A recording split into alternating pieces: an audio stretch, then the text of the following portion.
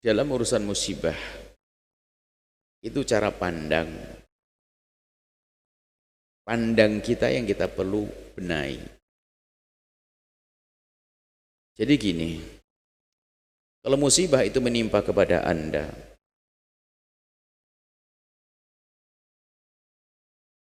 kaidahnya kan sederhana dulu, bahwasanya kalau ada seorang hamba diuji oleh Allah, itu tanda Allah cinta, karena Allah akan mengangkat derajatnya.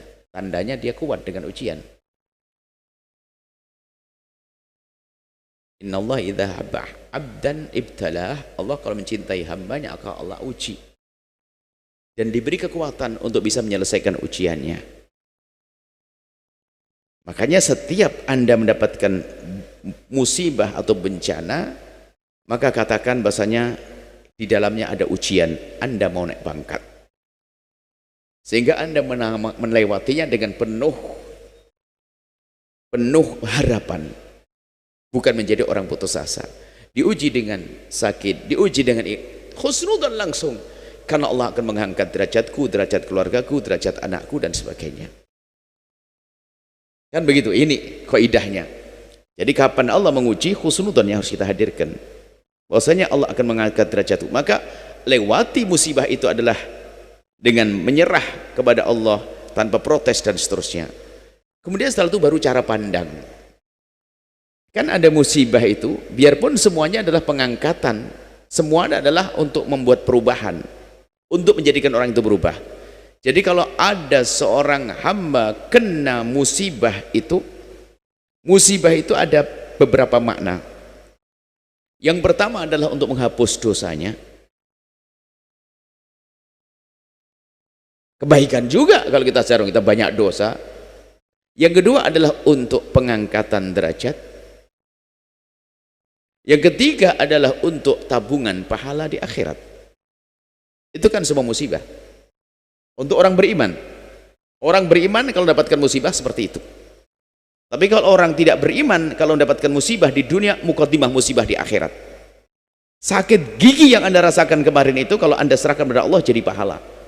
Bisa saja melampaui daripada zikir Anda yang banyak itu. Diberi oleh Allah sakit, anak Anda demam, Anda akan diangkat derajat Anda oleh Allah. Makanya di dalam melihat musibah harus seperti itu. Cuman dalam menilai itu adalah yang harus waspada. Jika contoh pengampunan dosa, Anda boleh nunjuk ke sini.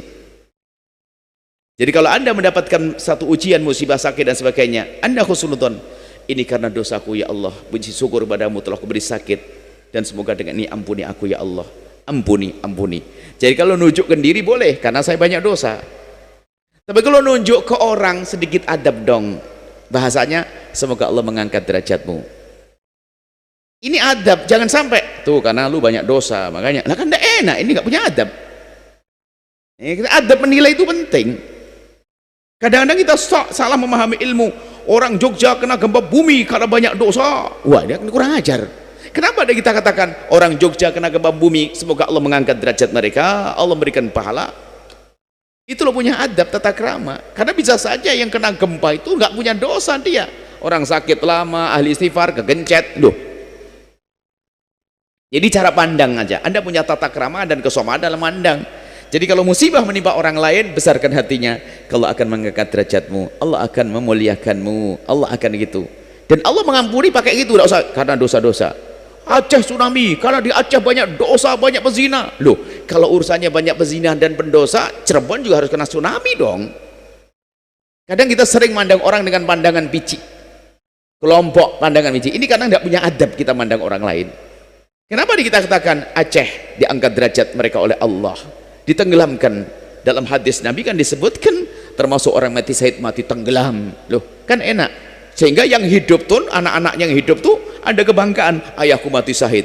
Lah ini orang salah karena perubahan. Di Aceh banyak orang tidak sholat. Lah ini orang, ini kan sudah nggak benar. Termasuk kita sering mendengar kalimat-kalimat orang yang congkak. Jogja digempurnya ini karena maksiat mereka semuanya. Maksiat. Wah, serem banget. Kayak dia tidak punya maksiat.